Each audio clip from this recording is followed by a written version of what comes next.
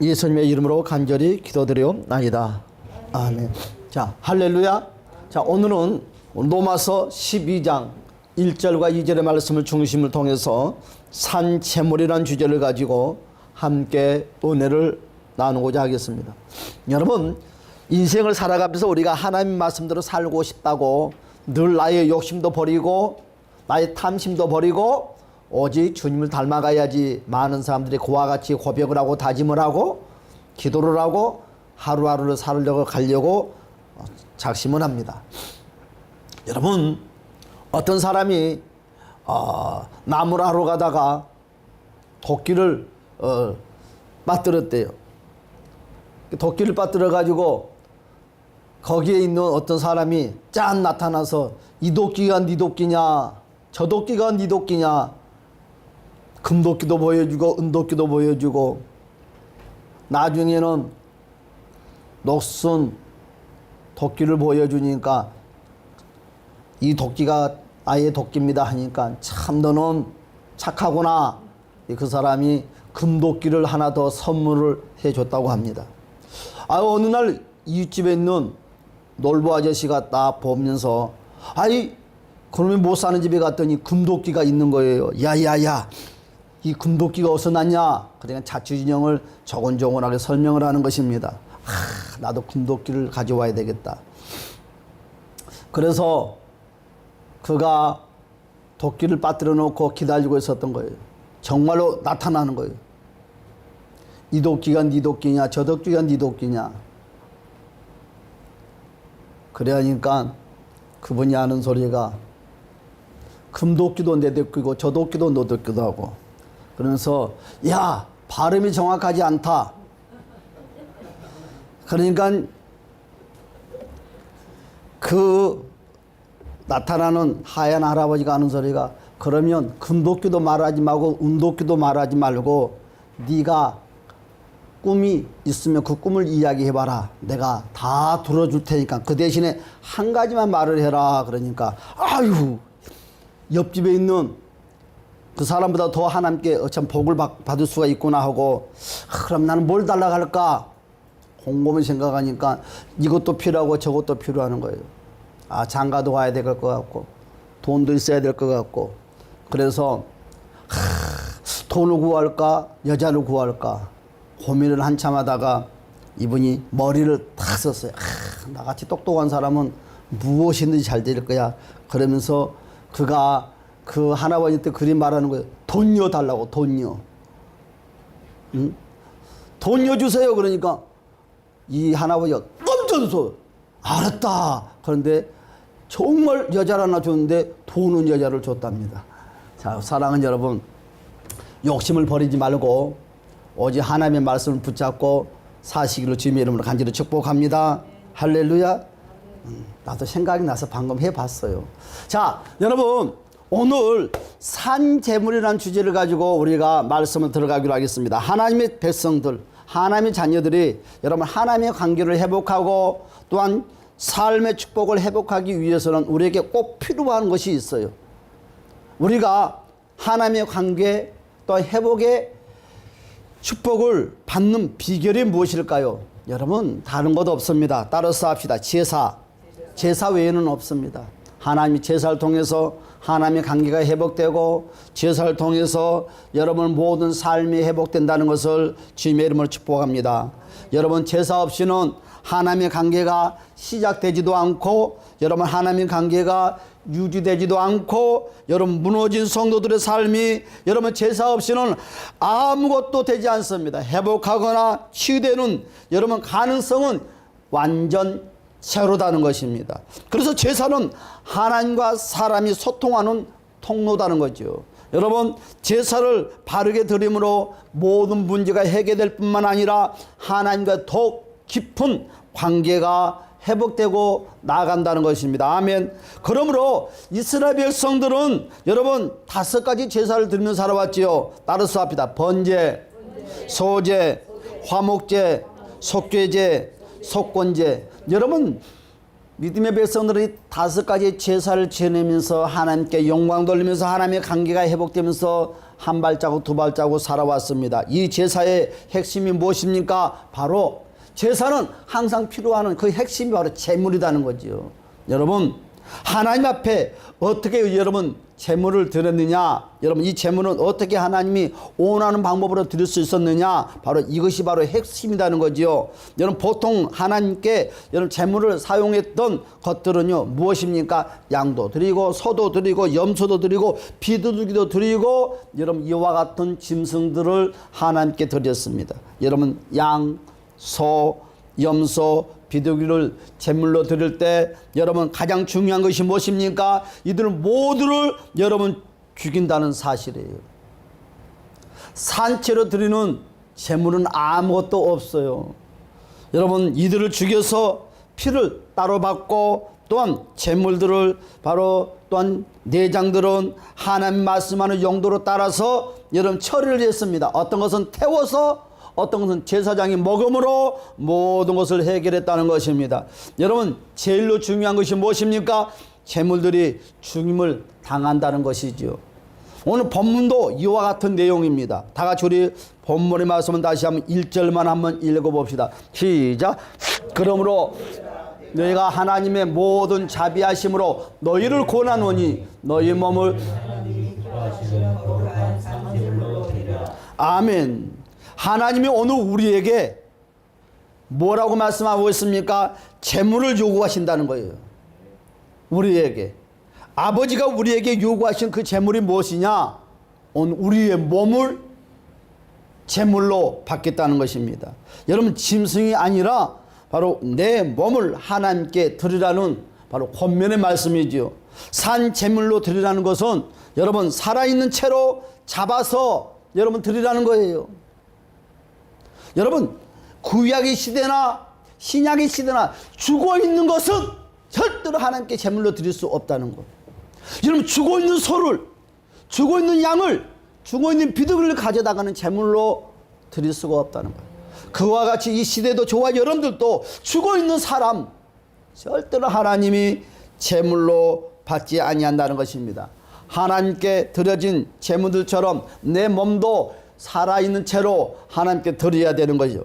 어떻게 하나님 앞에 내 몸을 드릴 수 있을까요? 하나님이 하도 많은 제물들 중에 왜 하필 몸을 요구하시냐 이것입니다. 여러분, 우리가 잘 아는 것처럼 이제까지 하나님은 우리에게 요구하신 제사의 가운데 인신제사는 한 번도 없었거든요. 그런데 어느 날부터 하나님께서 인신제사를 드리라는 것이죠. 여러분, 인신제사는 누가 드렸습니까? 이방 사람들이 드리는 제사법입니다. 여러분, 인신제사는 누가 드렸습니까? 우상 숭배자들이 드렸던 제사법입니다.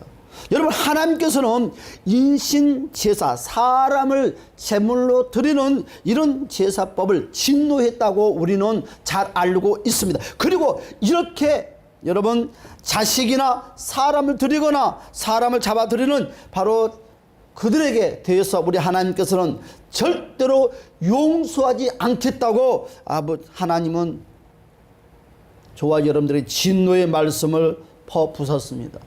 그런데 왜 오늘 본문의 말씀에 나오는 바울은 하나님이 진노하겠다는 그 진노의 그 말씀을 끌어내서 바로 우리에게 산 제물로 드리라고 할 거예요. 오늘 바울은 이와 같이 말씀했어요. 로마교회 성도들 향해서 너희의 몸을 하나님께 기뻐하신 산 제물로 드려라. 여러분, 이런 충격적인 제사를 드리라고 왜 했을까요? 바울은. 사랑하는 여러분, 만일 여러분들이 이런 산 제물로 드려져야 한다면 여러분들은 어떤 반응을 보일 것입니까? 하나님이 우리를 산 제물로 받으시기를 원하신다는 것은 여러분 믿습니까? 그러면 여기서 말하는 이 산 제물이 무엇일까요? 여러분, 하나님께서 드려졌던 이 제물이 오늘 지정된 장소에서, 두 번째 하나님이 원하는 방법대로 드려진 것처럼 하나님이 우리에게 뭘 원하신다고요? 하나님이 우리에게 예배를 받으시기를 원하신다는 것입니다. 할렐루야. 그래서 오늘 1절 마지막 부분의 말씀을 보았더니 하나님께서 원하시는 산 제물의 제사는 너희가 드릴 영적 예배니라. 할렐루야. 산제물로 드리는 제사가 어떤 것인가를 저와 여러분들에게 정확히 밝혀 보여주고 있습니다. 하나님은 우리의 몸이 산제물로 드려지는 영적 예배는 하나님께서 받으실 만한 바로 합당한 예배자라는 것을 오늘 우리에게 말씀을 하고 있습니다. 하나님께서 받으시는 바로 산제물된 바로 예배는 바로 우리의 몸이 구약의 제물처럼 지정된 장소에서 드려야 되는 거예요.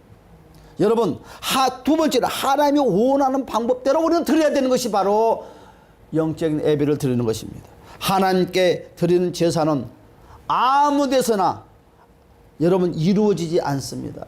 구약시대에 여러분 소와 양과 비둘기를 하나님께 드렸지만 아무나 아무 장소에서 드리지 않았습니다. 꼭 지정된 곳에 가서 예배를 드리고 지정된 곳에 가서 하나님이 원하는 방법의 순리대로 예배를 드리는 것처럼 오늘 신약의 시대에 와서도 마찬가지예요. 지정된 장소, 여러분 지정된 장소를 여러분 선정해 놓고 그곳에 가서 예배를 드리고 하나님의 순리에 따라서 예배를 드리는 것이 바로 우리가 드려야 될 예배 제사법입니다. 여러분 반대로 구약에는 아무리 바빠도 반드시 그들은 지정된 장소까지 가서 여러분 제단에서 하나님이 원하는 방법대로 그들은 예배를 드릴 때 하나님은 그 예배를 연락받으셨다는 것입니다. 오늘 우리 예배도 반드시 지정된 장소, 주님의 몸된 교회에 와서 정해진 순서에 따라서 나의 살아있는 신앙 고백을 담아서 예배를 드려야 합니다. 할렐루야. 이것이 바로 산제물로 드리는 제사 곧 살아있는 예배다는 것입니다. 오늘 우리가 산제물로 드리기 위해서는 첫 번째 어떻게 해야 될까요? 우리가 제물이기 때문에 이 세상을 본받지 말자는 거예요.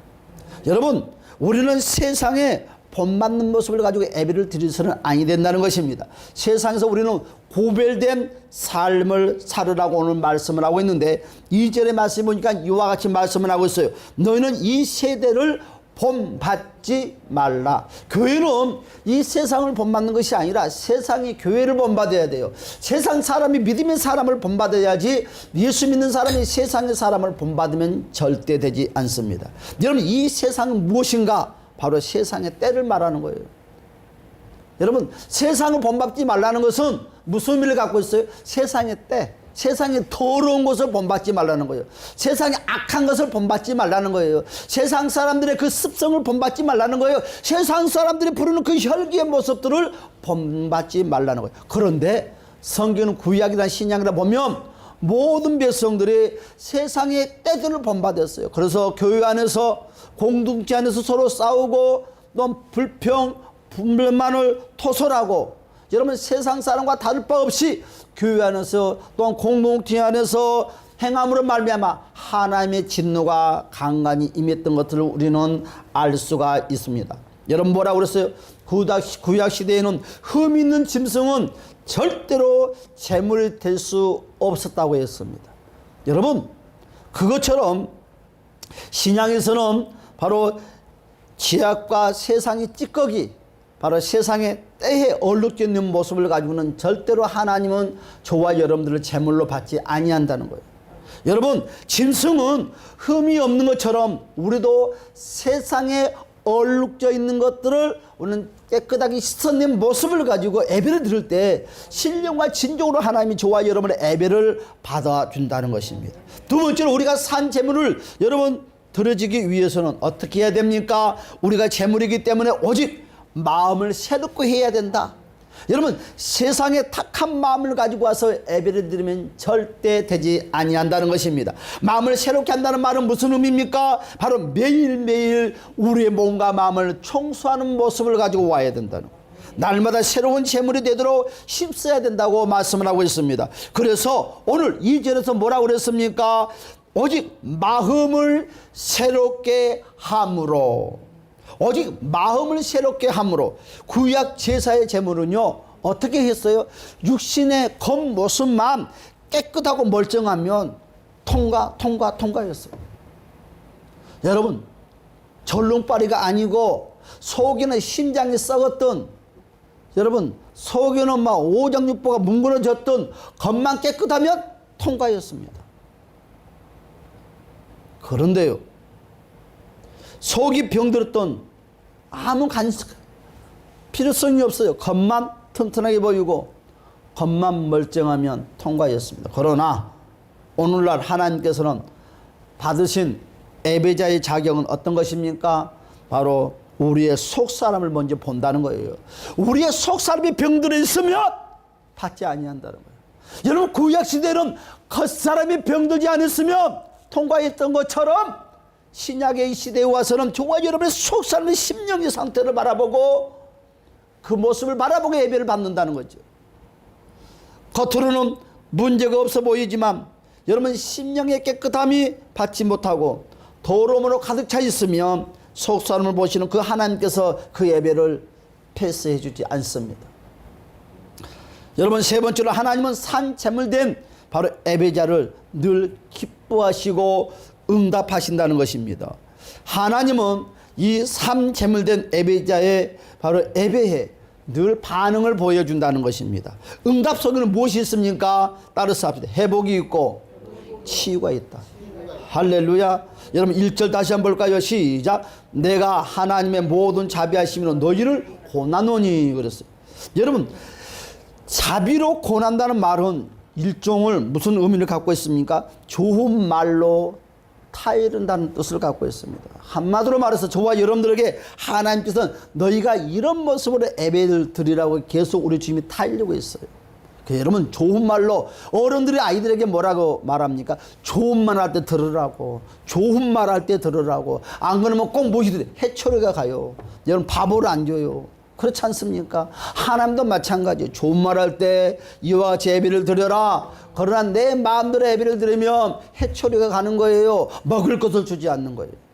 여러분 부모와 똑같아. 만일 산 제물된 예배자가 아니라면 하나님은 그 자비하심을 저와 여러분들에게 공급해 주지 아니한다는 것입니다. 여러분 산 제물된 예배자가 여러분 무너져 버리면 어떻게 될까요?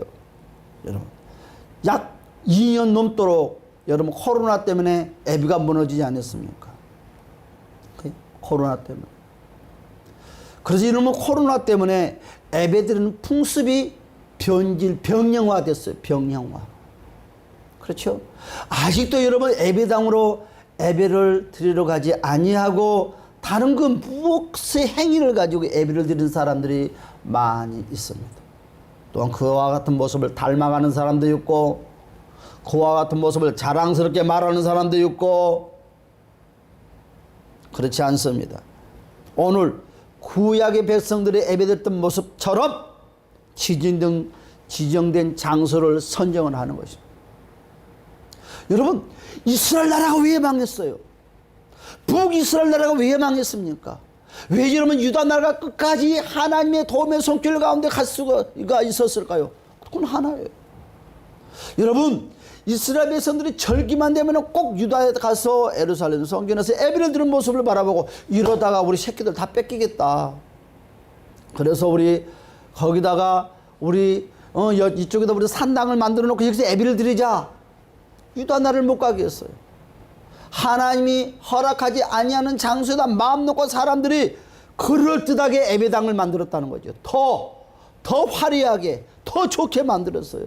그러다 보니까 어떻게 그것은 하나님이 없는 곳, 하나님이 함께하지 않는 곳. 그러므로 여러분 많은 사람들이 타락하고 넘어지고 여러분 모든 사람들의 인생의 삶이 실패자가 되고 말았습니다. 그렇습니다. 지정된 장소, 제멋대로 아무 데서나 아무 시간이나 시간을 정해놓고 예배하면 안 된다는 것을 우리는 꼭 경각심을 가져야 될 줄 압니다. 형식과 모양만 갖추려는 바로 예배의 성령은 우리는 버려야 됩니다. 여러분 은혜보다는 시간을 때우시는 예배, 우리가 이런 흔히 겪는 이런 일들을 우리는 청산하시기를 주님의 이름으로 부탁드립니다. 여러분 요즘 시대에는 많은 사람들이 매스컴이 너무너무 좋아져 있기 때문에 굳이 예배당에 가서 예배 드릴 필요가 있느냐. 그래서 예배당에 대한 인식들이 많이 달라졌어요. 그러면서 늘 하는 소리가 이런 건물이 무슨 예배당이냐고. 건물이지.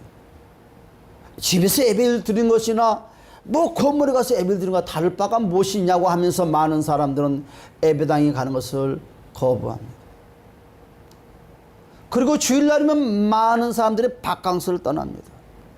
그리고 아무 교회나 가서 예배를 드립니다. 그리고 또 남는 시간은 또 여행을 하고 즐기면서 돌아옵니다. 너무너무 행복하다고 말을 합니다. 살 맛이 난다고 말을 합니다. 여러분 그렇습니까? 가요 집에서 예배를 드리는 사람들이 여러분들이 예배당에 예쁜 모습으로 차려입고 나온 모습대로 여러분 해놓고 예배를 드립니까? 연지꽂이 바르고 남자분들은 양복을 딱 입고 예배를 드립니까? 집에서 예배를 드리는 사람들은 어떻게 예배를 드릴까요? 반바지에다가 양말도 신지 않을 것이고 머리도 안 감았을 것이고 연지꽂이도 안 발랐을 것이고 그렇죠? 옷차림도 내 마음대로. 여러분 반바지 입은 채로 어떤 사람들은 허리가 아프다고 누워서 예배 드리는 사람도 있을 것이고 틀림없이 99.999 100%는 커피 한 잔씩 놓고 예배를 드릴 것입니다.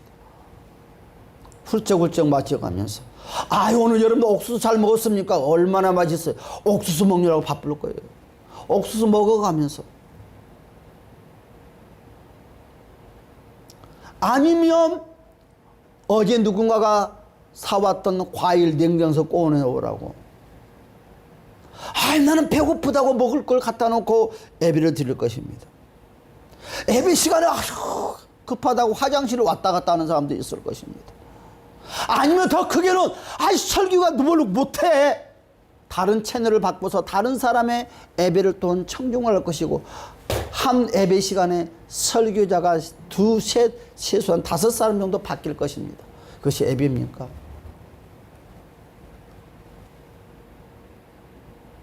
그 예배가 하나님이 함께 할까요? 이와 같이 사람들은 변하고 있습니다.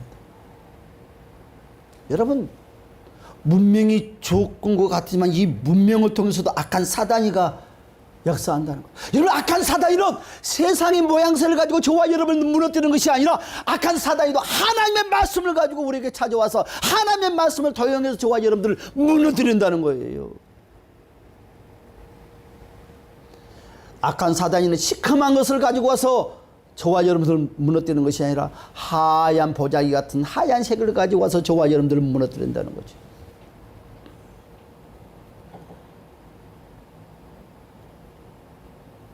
저는 그럴 것 같아요.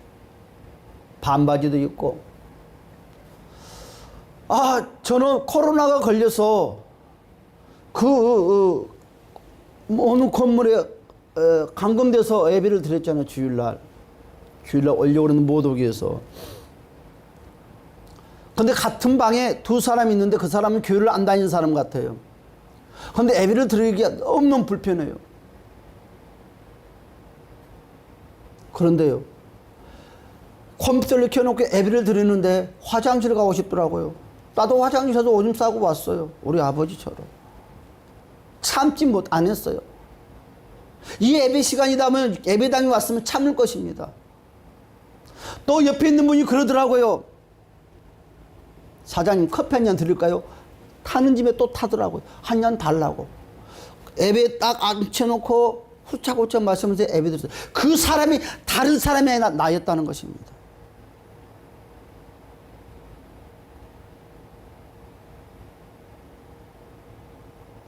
그 누군가 나의 예배드리는 모습을 방해하는 사람이 아무도 없었어요. 그러면 다른 사람은 안 그럴까요? 여러분 그 예배, 그 시간 설교는 듣고 있을 줄 모르나 그 예배는 주님이 나와 함께하지 아니한 예배일 것입니다. 그런데 저는 예배가 마치고 혼자 고민을 많이 했습니다. 무섭다. 이와 같이 내가 물을 든다면 나는 어떨까? 내가 목사가 아니고 평범한 성도도 한다면 나도 얼마든지 이와 같은 예배를 선호할 수 있겠다. 저를 보고 많은 생각을 했습니다. 여러분, 누가 뭐를 하게도 절대 합당한 예배는 아닙니다. 이는 너희가 들을 영적 예배니라. 여러분, 말씀을 이탈한 예배입니다. 예배의 모습을 이탈한 모습입니다. 그러면 우리는 어떻게 해야 합니까? 그렇죠? 여러분, 산재물된 예배만이 저와 여러분들을 일으킬 수가 있다는 것입니다. 여러분, 여러분 산재물의 예배만이 저와 여러분을 살릴 수가 있다는 것입니다.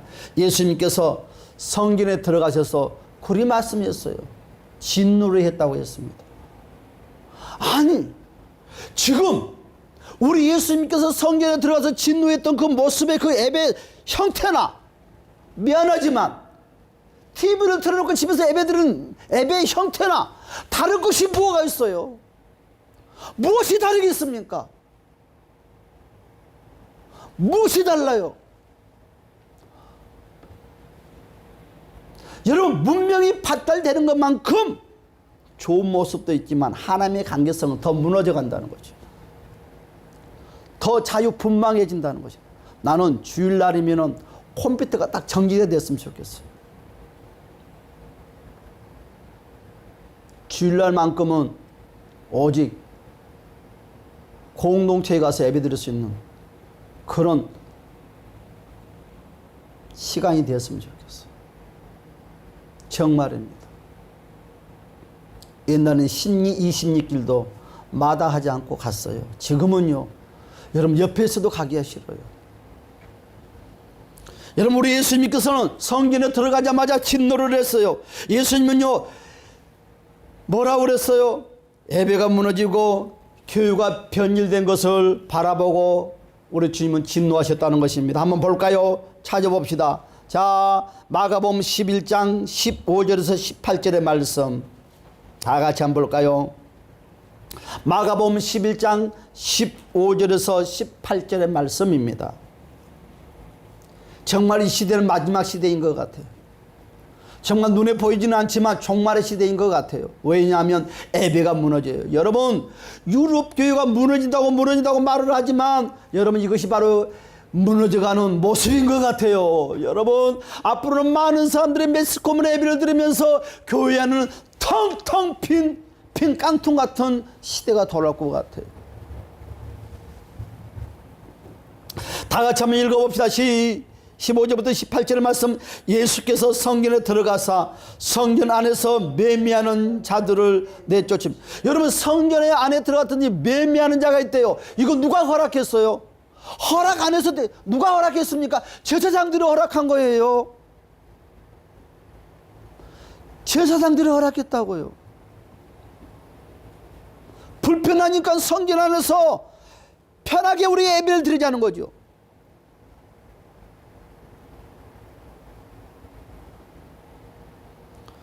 두 번째 뭐라고 써요?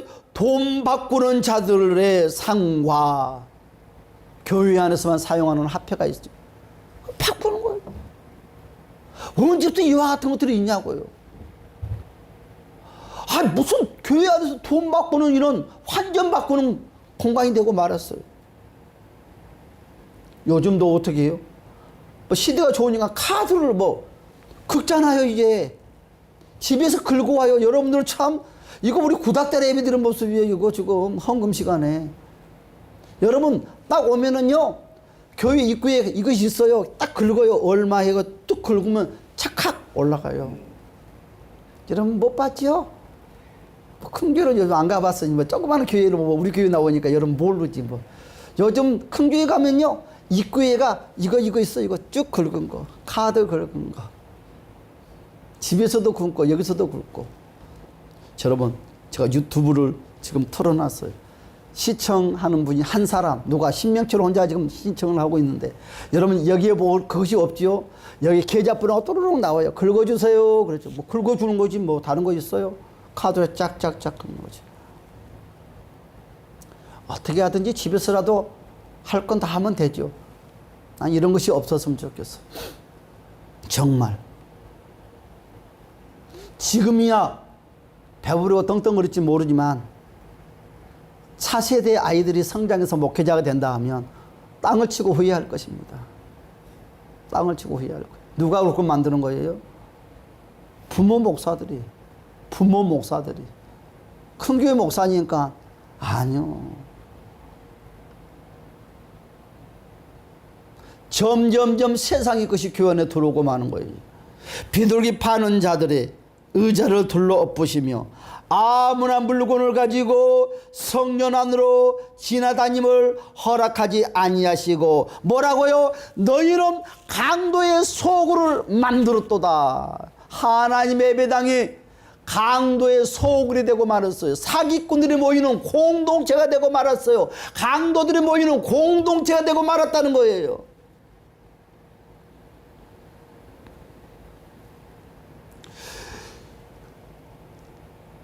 큰 교회 애들이 주일날이면 유튜브를 쏘지 않고 예배를 드린다고 하는 그런 목사님들이 한 사람도 있을까요? 한 사람도 없어요. 나는 다른 그 어떤 말보다도 주일날이면 예배당에 나오라고 유튜브를 딱 꺼버렸으면 좋겠어.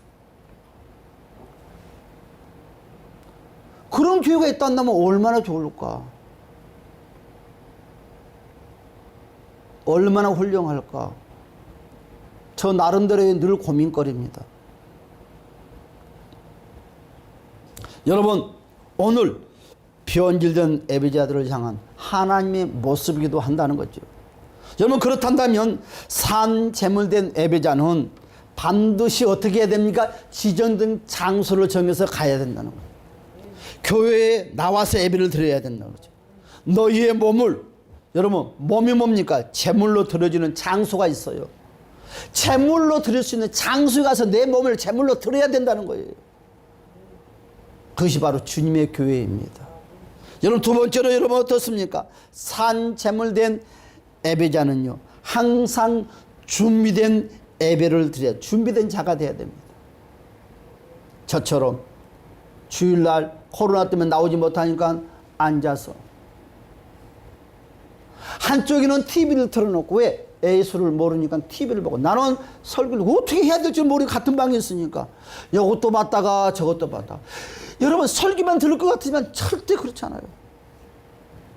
이것도 한번 봤다가 저것도 한번 봤다가, 뭐 물어보면 대답해주고. 여러분, 주일 예배자로 몸만 드린 자가 아니라 구별된 삶을 통해서 몸과 마음 전부를 드리기에 여러분 최선을 다하는 우리 모두가 되었으면 합니다. 그렇습니다. 하나님은 예배를 통해서 만납니다. 예배를 통해서 응답해 줍니다. 예배를 통해서 모든 것들을 회복시킨다는 것을 주님의 이름으로 축복합니다. 저는 오늘 이 말씀을 준비하면서 설교가 좀 딱딱하지 아니할까? 그렇지만 제일 하고 싶은 설교, 제일 하고 싶은 설교예요. 여러분, 하나님께서 반드시 예배를 통해서 저와 여러분을 만나주시고요, 예배를 통해서 하나님의 음성을 들려주시고요, 여러분 문제를 해결하신 하나님을 만날 수 있다는 거예요. 여러분, 하나님의 음성이 제각기 많은 모양으로 들려줍니다. 그러나 예배를 통해서 들려주는 그 하나님의 음성만큼 복되고 고귀한 그 음성은 없다는 거죠. 여러분, 목소리는 여러 가지 형태가 있어요. 잠자가 일어나서 나는 목소리가 있고, 뭐 사람의 목소리가 얼마나 다양합니까? 우리 하나님도 마찬가지일 것입니다. 여러분, 무슨 일이 있어도 교회에 와서 예배드리는 저와 여러분이 됩시다. 언제까지? 하늘나라 가는 그날까지. 먼 훗날에 저와 여러분들이 같은 공간에서 예배를 드리지 못한다 한다 할지라도, 어느 공간에 가서라도 여러분, 세상 사람 아니면 변질된 사람들의 신앙과는 본받지 마시고, 여러분 어느 공간에 가서라도 꼭 예배당 지정된 곳을 가서, 제주도가 됐든 부산이 됐든 서울이 됐든 미국이 됐든 비행기를 타고 미국에 가서 예배를 드려도, 내가 미국에 내 교회가 있단다면 주님을 한 번씩 비행기 타고 가야 되는 거 아닙니까? 내가 지정된 교회가 있단다며, 내 교회가 지정된 곳이 여러분 일본이 있다면 일본으로 하면서 가야 되지 않겠습니까? 경비가 많이 든다 한다 할지라도 그와 같은 저와 여러분들 절대로 메스꿈 가지고 여러분 예배를 변질시키지 맙시다. 여러분, 주변에 있는 많은 사람들에게 바른 예배관을 대해서 복음을 전하는 여러분 선교사가 되실 주님의 이름 축복합니다. 그렇죠? 선교사가 꼭 예국에 가서 복음을 전하는 사람만이 선교사가 아니라 하나님의 말씀을 바르게 정당하게 전하는 것도 선교사의 삶입니다. 우리 다 같이 기도합시다. 주여